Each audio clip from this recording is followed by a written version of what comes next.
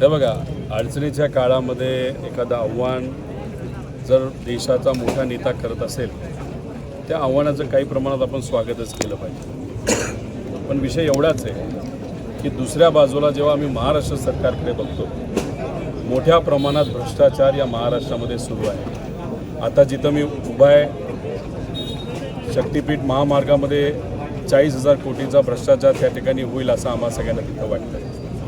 म्हणजे एका बाजूला तुमचे नेते त्या राज्यातले मुख्यमंत्री असतील आणि इतरही नेते असतील, एवढ्या मोठ्या प्रमाणात भ्रष्टाचार करतायत. तो जर भ्रष्टाचार तुम्ही थांबवला तर लोकांना मग सांगायला लागणार नाही तुम्हाला की तेल खाऊ नका, डिझेल वापरू नका, पेट्रोल वापरू नका. हे बघा, लोक जेव्हा अडचणीत असतात, लोकांना अडचणीतून बाहेर काढण्याची जबाबदारी ही नेत्यांची असते, नाही तर जे सत्तेत आहेत त्यांची असते. मतं दिली, तुम्ही सत्तेत गेला, मग मतं दिल्यानंतर लोकांची अपेक्षा असते त्यांच्या अडचणी तुम्ही सोडवा ना. आणि मग सत्तेत असताना तुम्ही सत्तेचा त्या ठिकाणी लाभ घेता, तुमचे नेते भ्रष्टाचार करता, आणि जेव्हा देश अडचणीत तुम्ही म्हणता की तेल खाऊ नका, हे नका खाऊ, ते नका खाऊ, हे करू नका, हे योग्य नाही.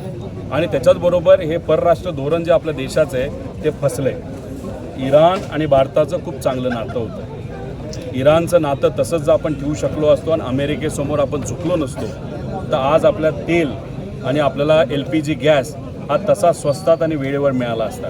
पण परराष्ट्र धोरण फक्त कुठेतरी अमेरिकन लोकांना, इस्रायलच्या लोकांना खुश करण्यासाठी तुम्ही फेल केलं, आणि म्हणून आज लोकांना तिकडे अडचण येते. पण आज ज्या पद्धतीने आपले पंतप्रधान साहेब बोलले, त्याच्यावर एक मात्र खरं आहे की पुढच्या काही दिवसामध्ये पेट्रोलचे आणि डिझेलचे भाव मात्र त्या ठिकाणी वाढतील असं आम्हा सगळ्यांना वाटतं. आर्थिक